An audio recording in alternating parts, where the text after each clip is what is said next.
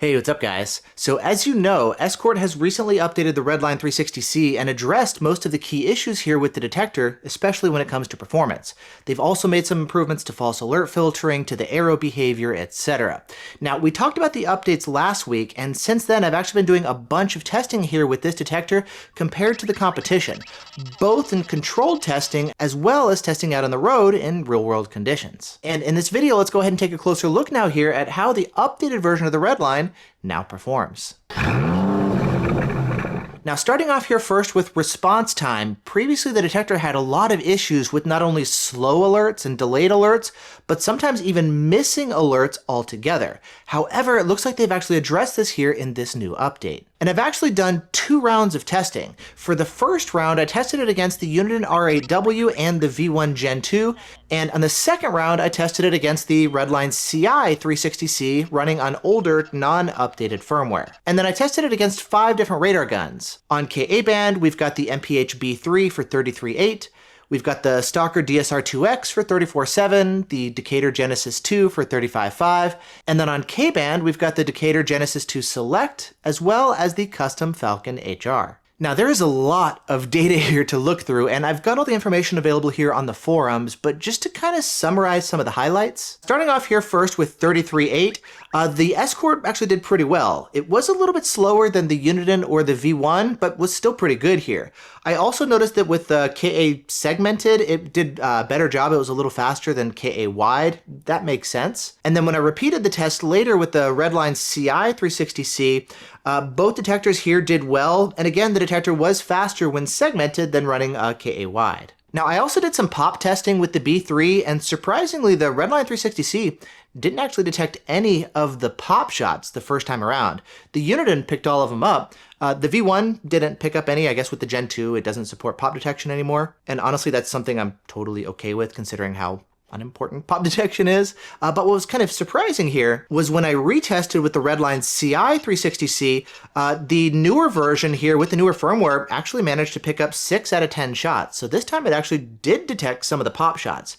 I was actually only planning on doing 5 shots like the first time, but it picked up the first 4 shots and then missed the last shot. So I figured I would just do a couple more. It picked up shots 6 and 7, but then missed all the rest of the shots. So overall, 6 out of 10 compared to the older firmware on the Redline CI 360c, which didn't pick up any of the pop shots.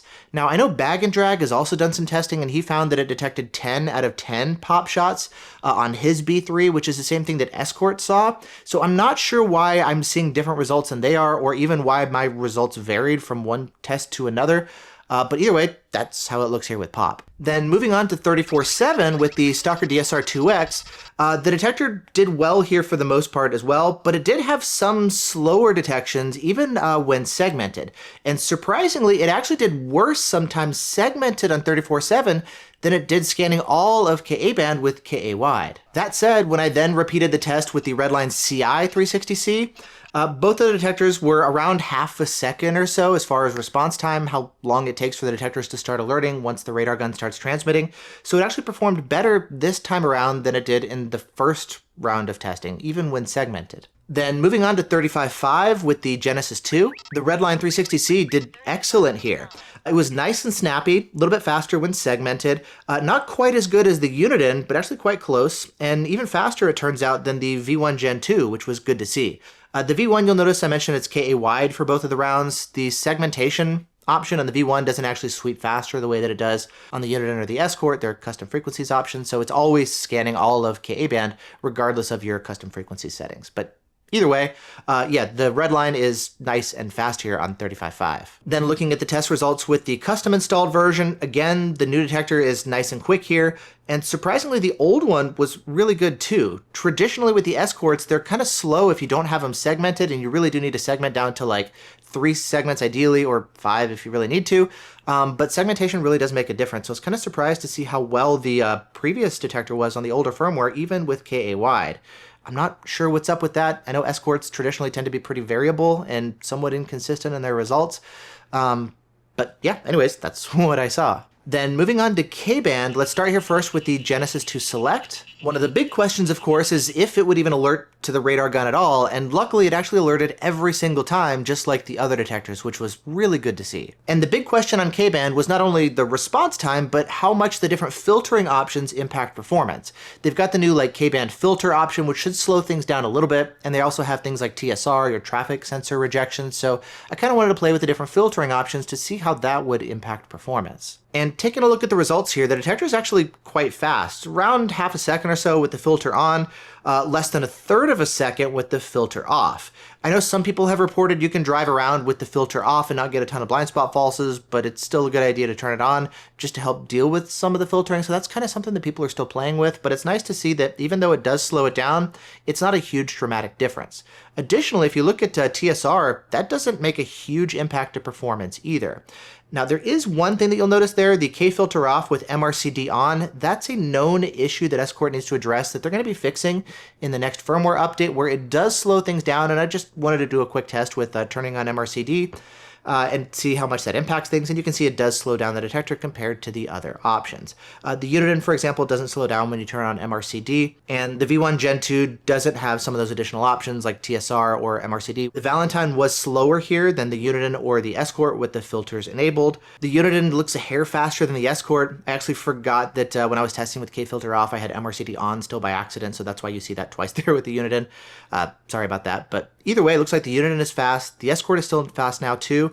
Even with the filtering enabled, it doesn't slow down as much as the V1, which is nice. Good job, Escort. And then looking at the test results here with the Redline CI 360c, that one doesn't have the new K-filter option. It's just got TSR on and off.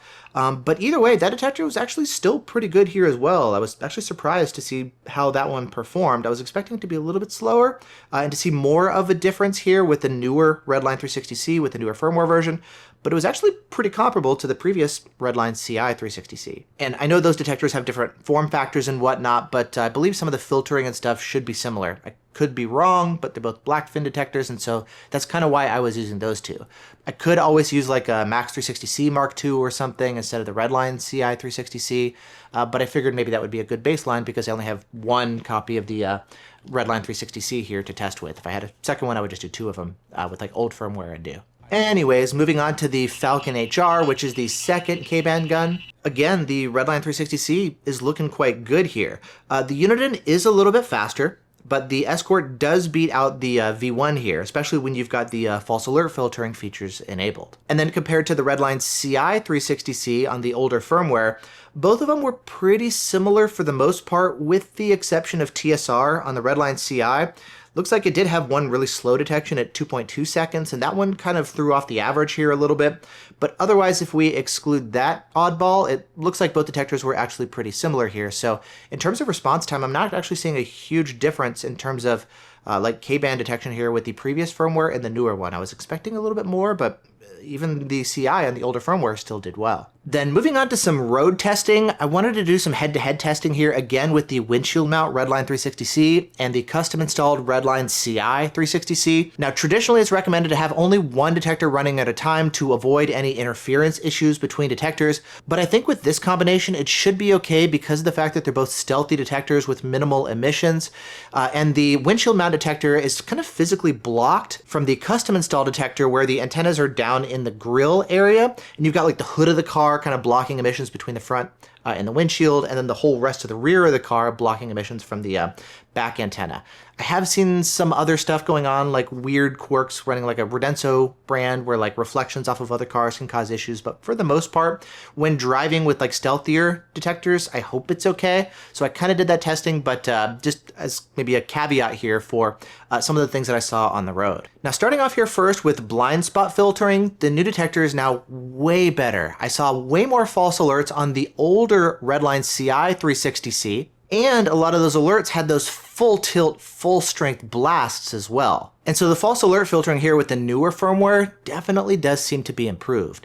Now that said, I did have one example where it was the other way around, where the Redline 360C running the newer firmware false to a Honda that I was passing on the highway. It wasn't the full strength alert like I saw with the previous iterations of their firmware, and so their alert presentation is now improved here, as Escort has mentioned in their update notes. And speaking of false alerts, I've seen a couple reports from people saying that they're getting more false alerts from the Mazda CX-5s with the newer firmware, which is kind of surprising, while other people are saying that they're getting fewer false alerts now, so reports are kind of mixed. And speaking of which, while editing this video, I ran across a CX-5 that caused a false on the Redline 360c, but not on the CI with the older firmware. That said, I've also come across one when testing it with the Uniden R9W. There was a CX-5 over on the left that was about to enter traffic, and while the red line was silent, it was the Uniden who falsed despite having the K filter set to weak. And in fact, I was reliant on the app on my phone to mute the detector after it falsed. And again, take that with a bit of a grain of salt due to the fact that I was running 2 detectors, a windshield mount and a custom installed one. But nevertheless, we're still kind of playing around to get a sense as far as like false alert filtering. It looks like it's better overall, but maybe not quite at the level that we're hoping for. I've also seen some issues with the Redline CI 360c where it would switch between frequencies when alerting to Ka band. It could switch between maybe 33.8 and 34.7, for example. I've had this happen in multiple instances, and I've also seen it sometimes switch between like 34.7 and 35.5. At times, I think maybe this is like a false alert or something. However, I've seen instances where the CI with the older firmware would go quiet, and then later on, both of the detectors would start alerting to 33.8. And so this makes me wonder, like, okay, when the CI is alerting sometimes like this, it's flipping frequencies. Is that a false, or is it more sensitive, or does it have better response time? Like, is there something going on here where it's alerting, but the newer firmware on the Redline 360c is not?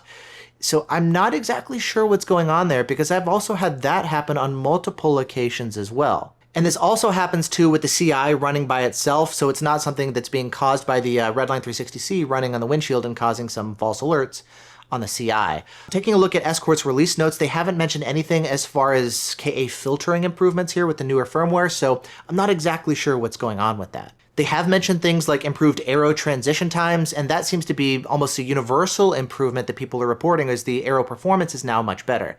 That said, there are some people finding that the arrows will never flip at all, and that seems to be a known issue where the detector actually needs repair. So if it's always only reporting front alerts or rear alerts, that looks to be an actual problem with the detector that does need to be repaired. But when it's working properly, the arrows should actually be flipping well and quickly when you pass a source. There's also a bug that some people are noticing where if you turn X-band off or K-band off, the detector could still actually alert. And I've encountered this issue as well. We were double checking to see if it's like maybe K-band off, but you have some of the K-band segments enabled. Even with the segments disabled, it can still sometimes alert to K-band, and multiple people have reported that as well. So like, there's some weird stuff going on here, but I know Escort is aware of these issues. People are reporting them, and hopefully some of these small issues get addressed in the next version of the firmware. I've also noticed some Wi-Fi speed limit display improvements where the newer firmware seems to do a better job of actually grabbing and maintaining the speed limit displays to show on the face of the detector. And I've tried actually resetting the Wi-Fi on the CI with the older firmware to see if maybe it's just something that needs to be like reconfigured or something, but I'm still seeing the speed limits not work as well on the older firmware on the CI than I am on the newer firmware. Similarly, I've seen cloud alerts show up on the Redline 360c with the newer firmware, but not on the CI, even though both are connected to Wi-Fi and actively getting the speed limit information. Now, I know in their release notes they have mentioned some improvements for OnStar users who are connecting over Wi-Fi that way. That's not the way that I'm connecting, and they haven't mentioned any other Wi-Fi improvements in the release notes, but again, just something that I've noticed while driving around here. And so overall, the big takeaway here is the fact that with this update, the detector is performing way better now. It's responding against the Genesis 2 Select. The response time is way better now than it was before. It's not having the same like excessive delays like it had before. And so I think the detector is much more viable now.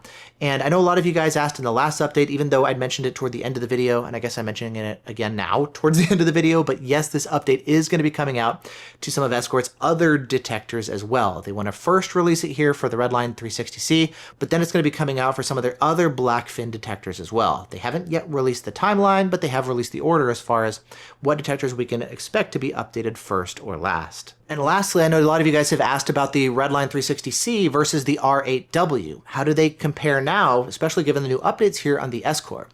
Well, I mentioned it's kind of complex, and I think Uniden has just kind of thrown another curveball because they're actually starting to raise their prices on their detectors. The R8W, for example, just went up by $50, and so now it's the same price as the Redline 360c. They're also raising the prices of some of their other detectors, like the DFR7 is now over $200.